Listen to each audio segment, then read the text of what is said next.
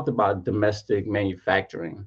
Biden highlighted the enactment of the Bipartisan Infrastructure Investment and Jobs Act. He also spoke about the goals of his administration, like installing 500,000 EV charging stations across the country, replacing lead pipes, and increasing broadband access. While talking about his infrastructure projects, he also stated that he will remain steadfast towards making products in America, pushing for increased domestic manufacturing.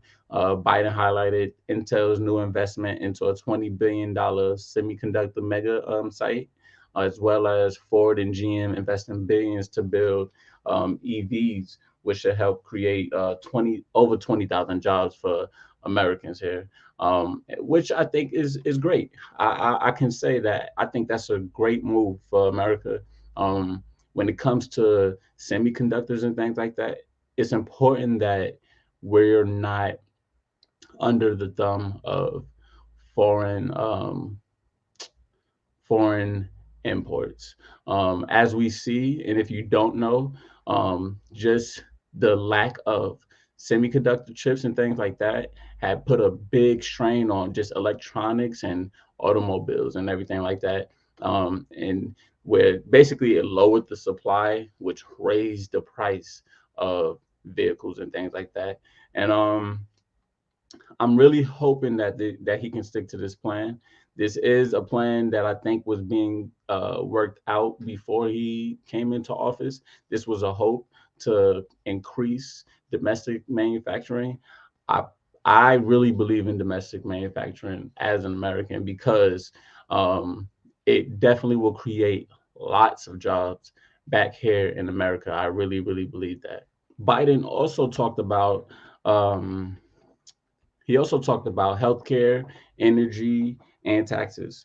So when it comes to healthcare, energy, and taxes, of course, he spoke about making healthcare more affordable for Americans and proposing a unity agenda.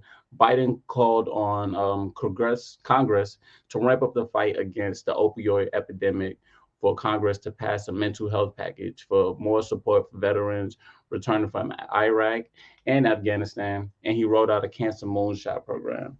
Um, when it comes to these things, of course, he's always been uh, heavy on the taxes recently. He called on Congress to pass investment tax credits to weatherize homes and businesses and to increase a solar and wind investment to transition the U.S. towards more clean energy. Also on taxes, Biden reiterated his campaign promises of increasing taxes on wealthy individuals and corporations. He proposed a 15% minimum tax on corporations and stated that he would not increase taxes on individuals that's making less than $400,000 annually. Biden called on lowering the national deficit and stated that the Department of Justice would install a chief prosecutor to investigate in pandemic relief fraud. I think that is pretty huge between the taxes as well as pandemic relief fraud. We know that a lot of people did scam the government this past couple years. Um, so people that did that, I'd say look out.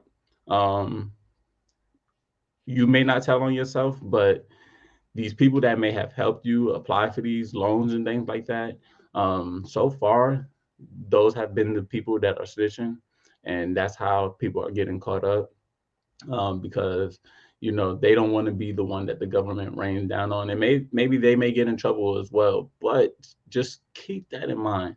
I also think that the 15% minimum tax on corporations may be needed. Um, Unfortunately, this is really just being pushed now, and I think it's going to become a big thing because of the fact that so much money had got pumped into our economy that, I mean, inevitably they kind of want it back. I mean, what would you have expected? I honestly wouldn't have expected anything other than them eventually finding a way to get this money back. So I really hope that people just kind of pay attention to that, keep their eyes out for things that's going on as far as that is concerned, right?